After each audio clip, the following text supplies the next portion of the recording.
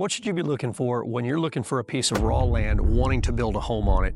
Guys, today I've got a client that wants me to analyze this piece of property, and I thought it'd be a good idea for me to bring you along, show you what I'm seeing, tell you about the plan that they have, and really just show you what I see here as a person that's experienced with land and a person that's experienced with construction, and give you an idea of the things that you need to be looking for if you're looking for raw land.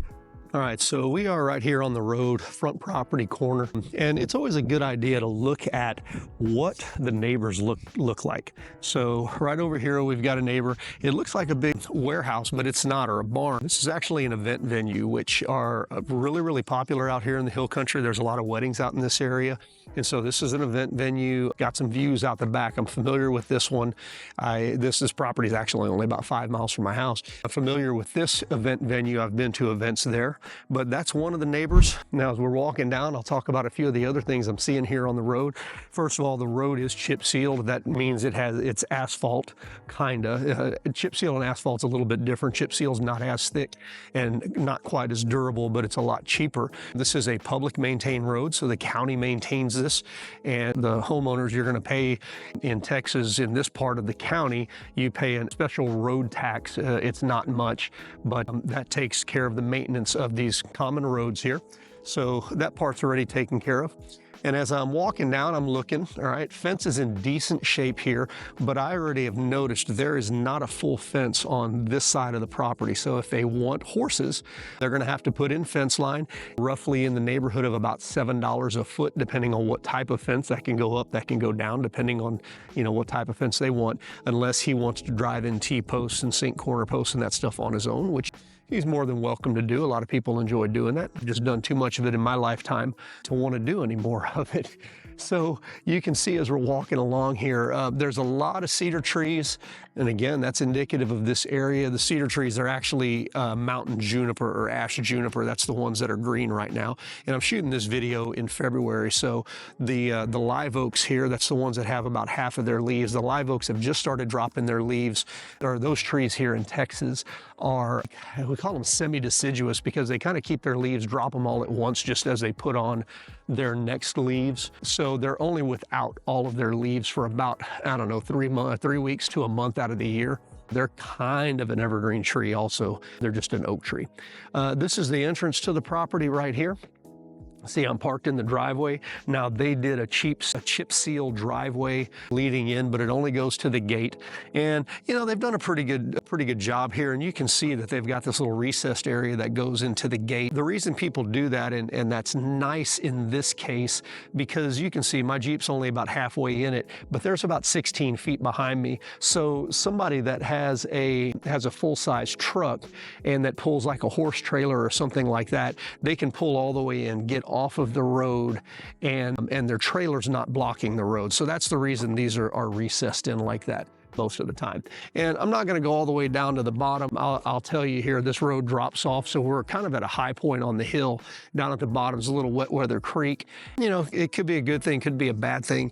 There's an old ranch headquarters next door. This property was cut out of that ranch, and that ranch headquarters has been turned into a short-term rental, kind of an Airbnb commune. There's quite a few little cabins down there. So, if you're looking for something really, really peaceful and quiet, you're going to have neighbors, and they're going to be changing out. And one of the arguments that people have with short-term rentals is that they can get rowdy from time to time. Now, I haven't had many problems. And again, I live about 5 miles from here. I think in the 8 years that we've been here, I know that there's several short-term rentals in our neighborhood, and I've only had, loud parties a couple of times, maybe a handful of times in that 8 years. So, for the most part, people out here are pretty respectful.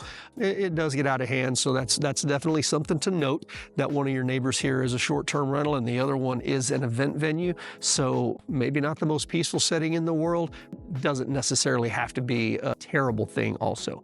All right, I'm going to go ahead and turn this off and get into the property, and then we'll start taking a look at what I'm seeing inside. As I'm getting onto the property, I just realized something, and I'm going to turn the camera back and show you.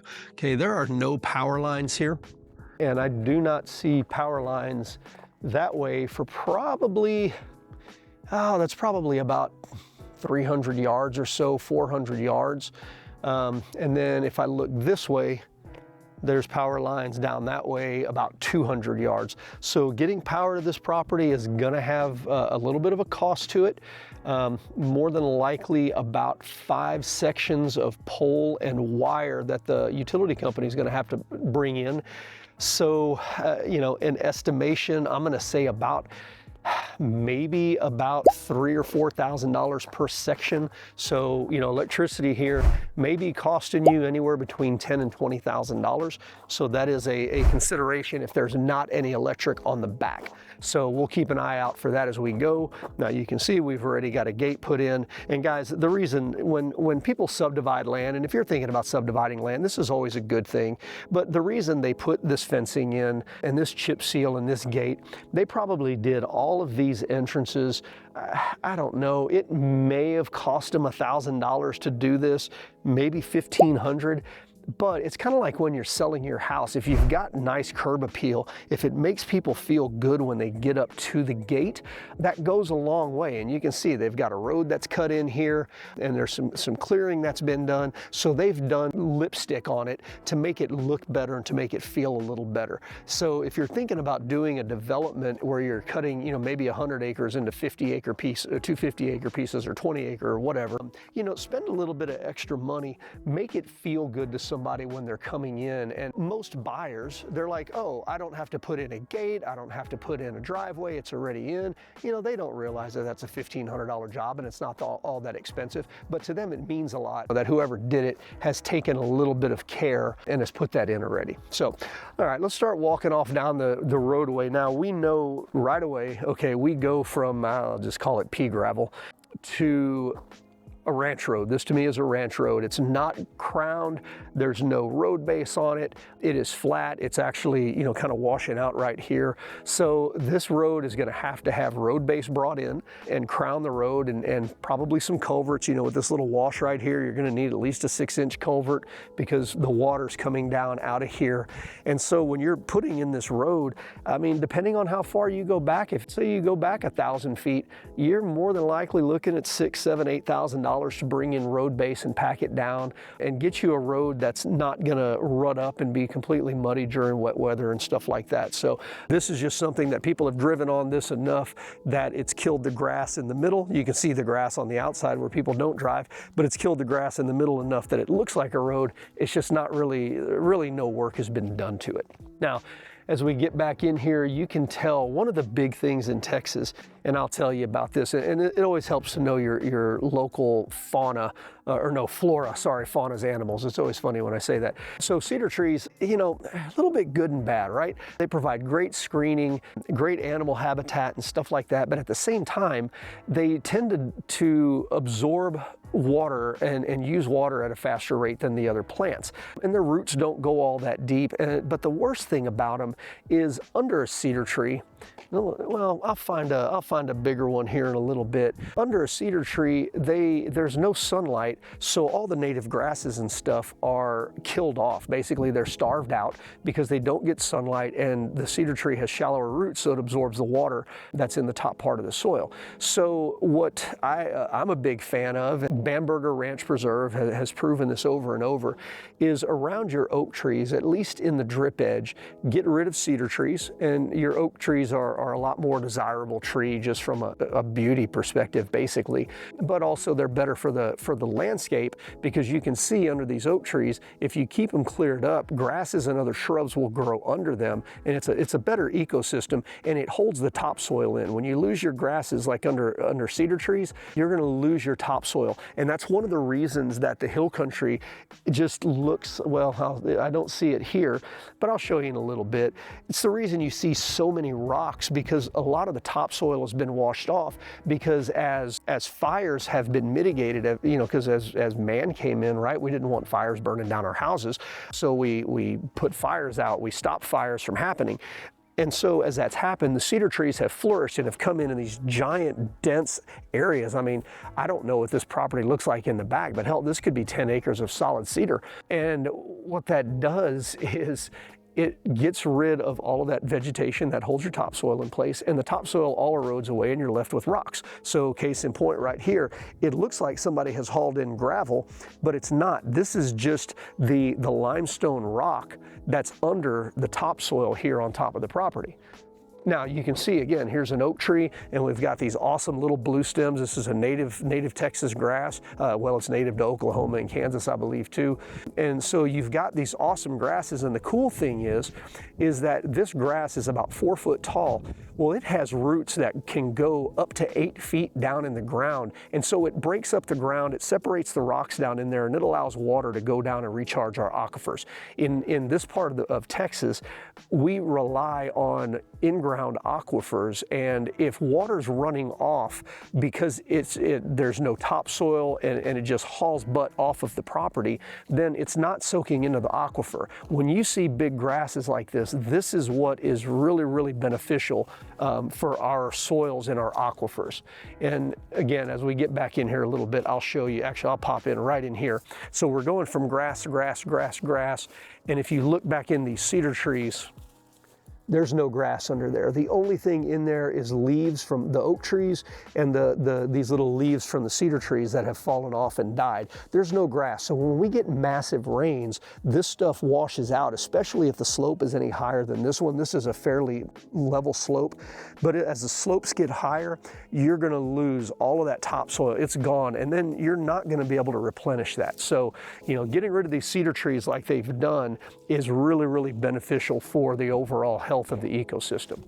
Now, as we look back in here, okay, it's starting to open up.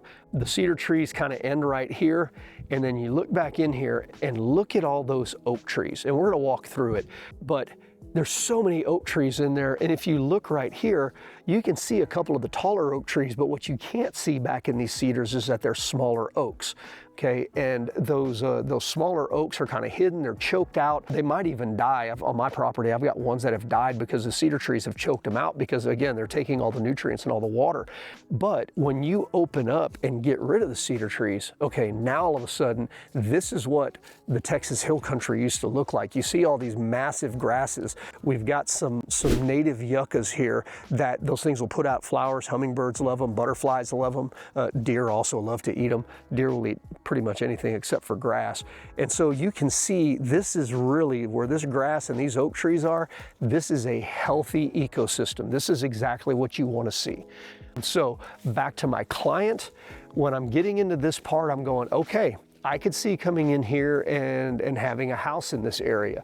You know, most of these oak trees are pretty small, being under 6 inches in diameter, but having the cedar trees cleared out, these things are now going to be able to bush out, they're going to be able to put on more leaves, and they're going to be able to grow faster. So you can tell, okay, these are a little bit restrained, but I'm going to show you something.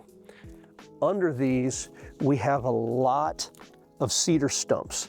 There's one, there's one, there's one, there's one, there's one. So what this owner did is they came in and they cleared this out, and it probably hasn't been more than, maybe 2 or 3 years looking at the grasses. But this was all filled solid with those small cedar trees, and that's the reason these oak trees look a lot smaller and scragglier right now. But over time, they're gonna bush back out now because this is a forest floor now. They've got leaves, they've got topsoil, they've got grasses, so water's gonna be able to soak in. It's going to be able to get into the roots where these oak trees are. Another thing about oak trees, a lot of people don't realize, all of these oak trees right here, it's kind of like an aspen tree. Their roots kind of graft into each other, so they share water, they share nutrients across this whole oak mott. They're called a mott, M-O-T-T. So, you know, this is a healthy ecosystem right in here. And I'm going to walk back in here a little bit. You can see we've got a lot bigger trees. You know, some of these back in here are probably 12 inches across, 14 inches across. These here are about 24 inches to 30 inches. These are big oak trees. And as we walk under these big ones, I'm not seeing any cedar in here. So I'm trying to find a stump. Okay, there's a stump right there. There was one. I'm not seeing any other stumps. And you saw a while ago when I was over there, there were a lot of stumps real close to each other. So these actually haven't had as much competition from the cedar trees. So these are going to be your big old growth oaks. I mean, that oak tree on the left, more than likely is 250 years old. That is a big tree, and it's been here a long time, seen a lot of things in its time. All right, so we'll keep walking back. Again, we're seeing a lot of native grasses. That's awesome, really healthy for your ground. And this is a nice level area. It's sloping off back this way towards the northeast. But this is easy to build on. You know, your slab here, depending on how big your house is, again, 3,000 square feet, depending on the orientation, you may only have about 3 foot of drop from one corner to the other. And that's pretty typical for this area, even other parts of Austin. That is pretty typical. So this is gonna be low build cost from a slab perspective. Like if you had a 6 or 8 foot drop, which I've seen, I've seen slabs that drop off 20 feet, but every time you get past about 3 to 4 feet, every foot after that, you may as well just add another $15,000 to the cost of your slab, because when you have to build that slab up really high, it gets really expensive. All right, so coming onto this side a little bit, I want to point out, okay, this is some of those cabins over there. So they are fairly close here. I would say 250, 300 yards away there. You know, so you are, if there is a rowdy party there, you're going to get a little bit of noise. But that property is really pretty. They've maintained it really well. Now, one of the things I'm not liking about this property, and this is something that you got to pay attention to, so this property runs east-west. Okay, here in Texas, our prevailing winds in the summer, which you want your summer winds because it gets hot, they come out of the southeast over here, and that's the high part of the property, and there's a lot of brush and cedar trees and stuff like that blocking that wind. So the orientation of the house here would be good, because if you just ran it with the street in the front, your front of the house would be facing west. And you know, that's where the hottest sun goes down in the summer, right? So the back porch would have morning sun, and then it would be shaded in the afternoon. So if you wanted to put in a swimming pool or whatever, the back would be shaded. So it's really, really good to protect you from that west summer sun. But I would appreciate a little bit more of a rear southeast facing to southeast facing, so you can get that nice prevailing breeze across your back porch. Really nice coming through here. A lot of flat ground. Here's a bunch of the rock that's just under the surface. Somebody at some point dug something out here, and so, you know, this is the type of rock that goes in there. So you do have to take that into account, but the builders who've been building out here, they know the type of equipment they need to bring out here to get this stuff removed. But the ground is full of rock like this. All right, looks like we got a little road crossing again. This used to be a ranch at one time. So roads crossing here from east to west. Now I mentioned there's not a fence on this side of the property. There is also not a fence on this side of the property. So the front is fenced, the sides are not, and that's going to lead me to believe that the back is probably not fenced as well. There would be a lot of fencing costs here for horses. And when I get into this little open area, again, I'm looking over here. All right, we've got the cabins. You can see maybe a little parking area over there. There's the cabins, they're dark green. You got some more over here. You can see the roofs of them. And then up there on the top of that hill, that is a business. I believe that business does cleaning for hospitals. It's not a loud commercial building, but it is a big commercial building. And I can see that building from the side of my house at night, because they do have lights on all night. They've dimmed them down, but that has lights on it all night. So you definitely would not want to put your home here, because you would be dealing with lights the whole time. So you would want to back it up, back into that area probably a little bit, just to make sure that you're protected from that. Now, the other thing is, if you're looking out here, there are some views to grab out here. We're not the highest point, that building's the highest point, but there are some views out here. Those are to the northeast. It's always nice to have views. I'm a huge fan of them. So that's a good bonus for this. And as I'm walking through looking in terms of horses, so we've got a lot of the native grasses here. So that tells us that grasses can grow. As long as you don't overstock it with horses. The bad thing about horses is if you overstock them, they're kind of like goats. They eat grass all the way down to the ground. A cow will leave a crown of grass at the ground. But a horse and a goat, they'll eat all the way down to the crown and they'll kill the grass. So if you're driving through an area and you see just a pasture that's completely dirt, chances are there's either goats or horses in there because of that. So what you really need to do on a place like this is you could probably have 2 or 3 horses, but you need cross fencing to where you can move them off of different, we'll call them pastures, even though you're only talking about 10 acres here. You need to be able to move them off every once in a while so they don't kill all of the grass and the grass has a chance to recover. So you just rotate them between maybe 2 or 3 pastures on a place like this, but I really wouldn't put more than 3 or 4 horses here personally.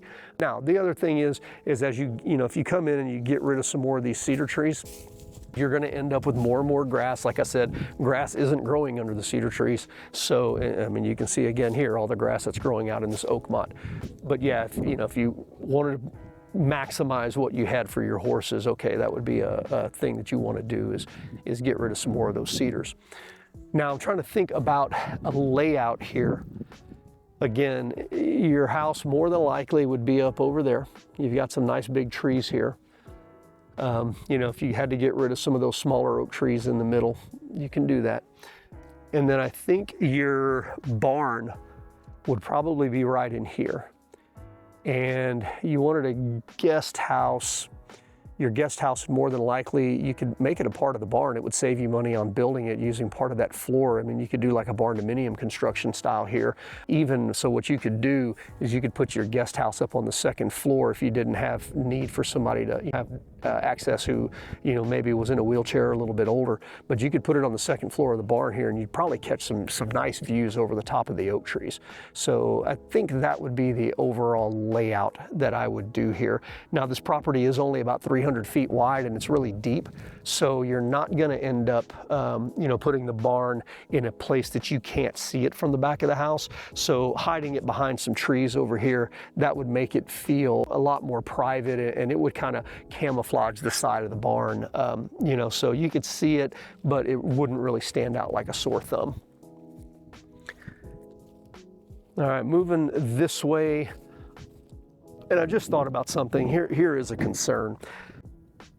When you've got these cedar tree stumps in the ground, and what they did is they just hired somebody to come in here and they cut them off flat with the ground. That's not really the way you want to do this, because now in order to get rid of that stump, it is going to take an act of God in Congress. Even that little bitty stump is going to be a pain in the butt to get out.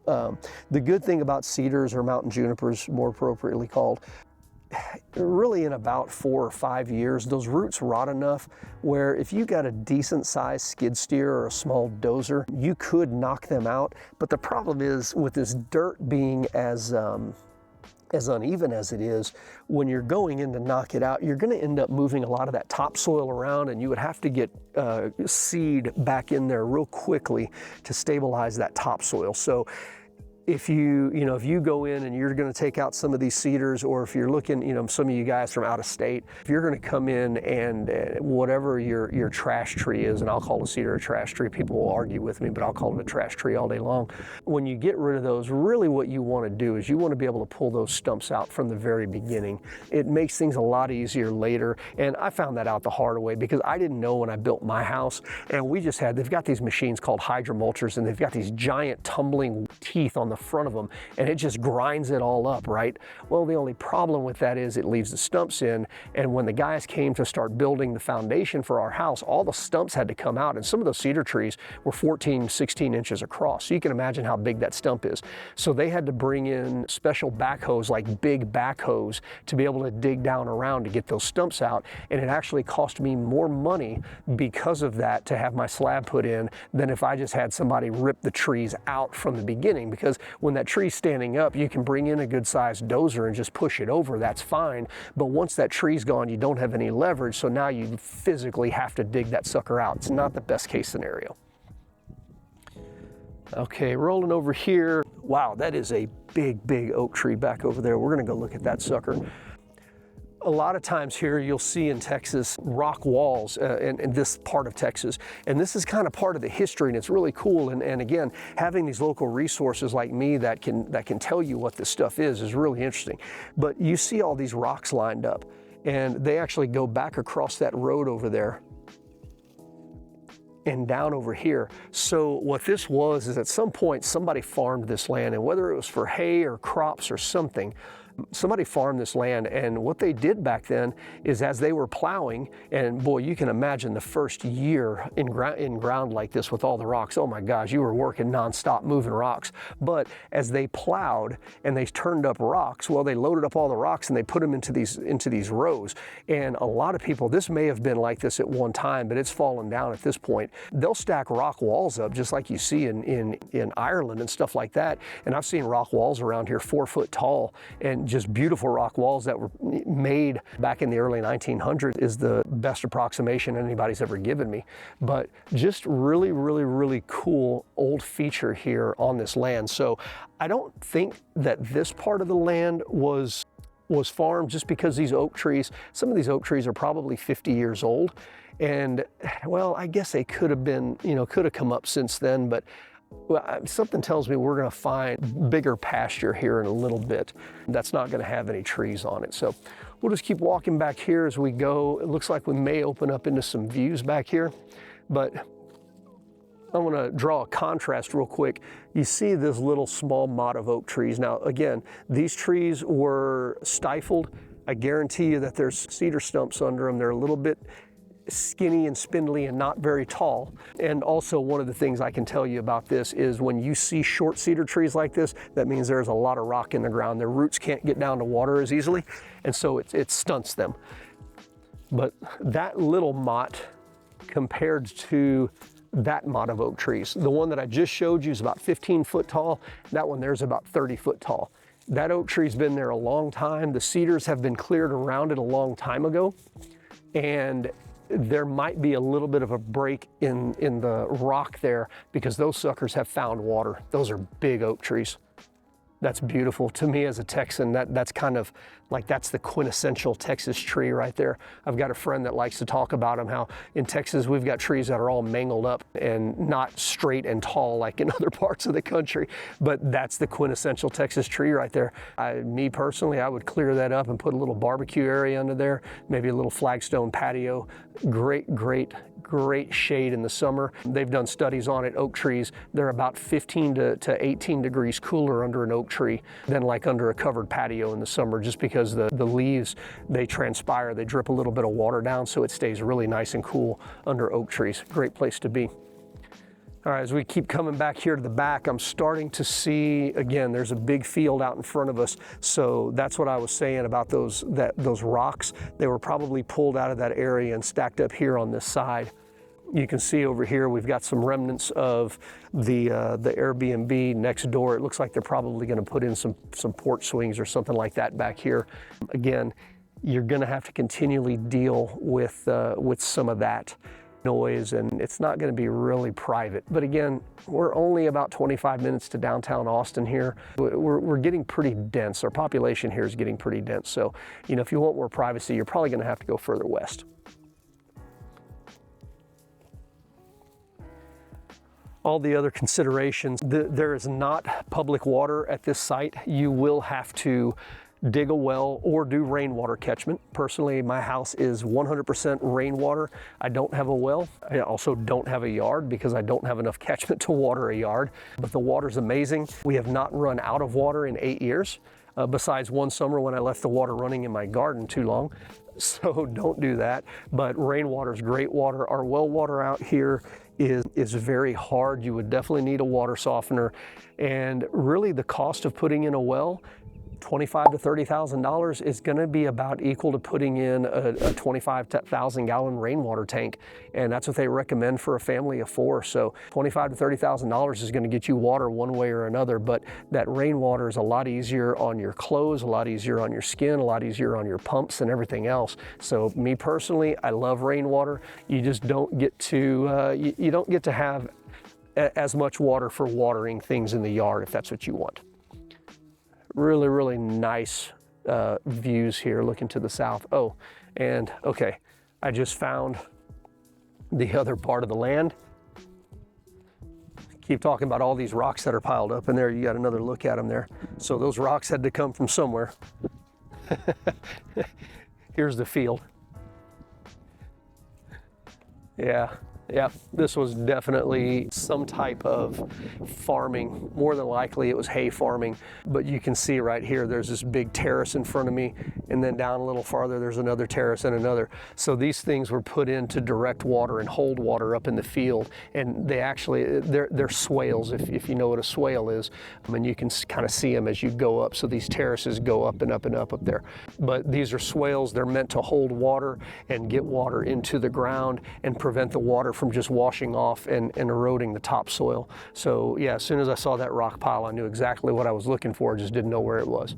So there you go. There's terraces on that side. There's a white post right there that looks like it's the boundary.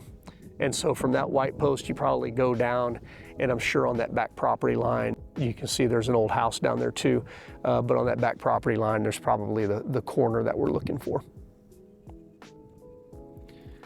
All right, as we're going back up, I'm gonna let you know again, this is the type of information that you're looking for. Again, if you're one of my YouTube watchers and you're thinking about buying in Texas or another state, you really need to have somebody local that understands what they're looking at, that can keep you out of trouble. One of the things I didn't mention, always talk about electric and water availability. The other one here is you're gonna have to put in a septic tank. There's not public sewer out here, so you're gonna have to have septic.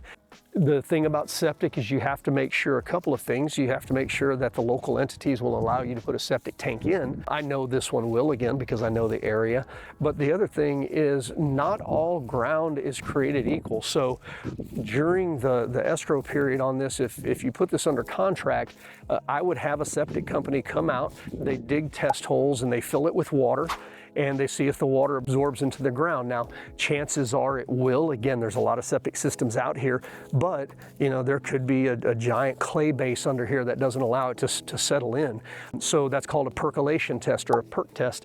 And you want to make sure that you can actually put a septic tank in if your goal is to build a house, because you're going to need a way to get rid of your human waste. So that is a consideration here. Perk tests are not very expensive, but you're definitely going to want to do it prior to closing on a property, just to make sure that you can do what you want. But that covers the real big things on this one: water, electric, and wastewater. Again, the house build will be straightforward. Not going to be any major surprises in here unless there's a cave under there, but I mean, you really don't know that until you start digging.